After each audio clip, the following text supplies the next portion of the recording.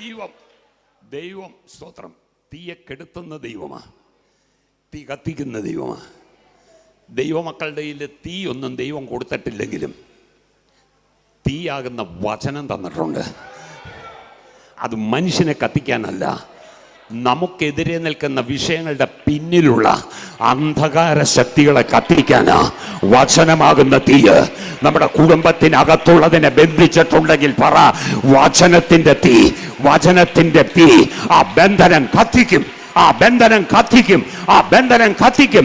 കുടുംബത്തിന്റെ അകത്തളത്തിൽ ചില തലമുറകളെ കെട്ടിയിട്ടിരിക്കുന്നത് ഇന്ന് പകൽ വചനത്തിന്റെ തീ, വചനമാകുന്ന തീ കത്തിക്കട്ടെ. തീ കൊണ്ട് ചുറ്റ ക്ഷണം പോലെ ഇന്ന് പകൽ ചിലതിന്റെ ശക്തികൾ ഇല്ലാതെ തീരട്ടെ.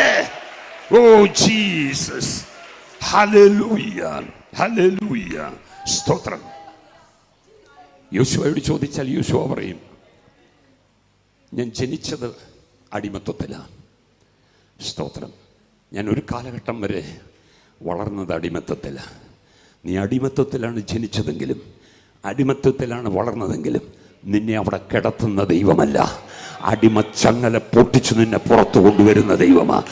നിന്നെ അടിമപ്പെടുത്തിക്കൊണ്ട് നിൽക്കുന്ന ചില വിഷയങ്ങൾക്കകത്ത് നീ കുടുങ്ങിക്കിടക്കത്തില്ല. അടിമച്ചങ്ങല 430 വർഷം ബലമുള്ളതിനെ പൊട്ടിച്ചെങ്കിൽ നീ അതിനകത്ത് കിടക്കത്തില്ല. നിന്റെ സ്വാതന്ത്ര്യത്തെ തടയുന്ന ചില അടിമ നുഖങ്ങൾ ഇന്ന് പകൽ യേശുവിന്റെ നാമത്തിൽ പൊട്ടി മാറട്ടെ.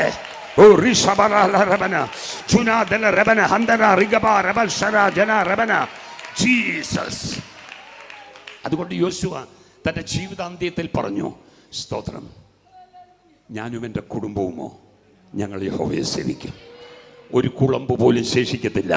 പറ, നമ്മുടെ കുടുംബത്തിൽ ഒരു കുളമ്പ് പോലും ശേഷിക്കാതെ വണ്ണം ഞാനും എൻ്റെ കുടുംബവുമോ ഞങ്ങൾ യഹോവയെ സേവിക്കും.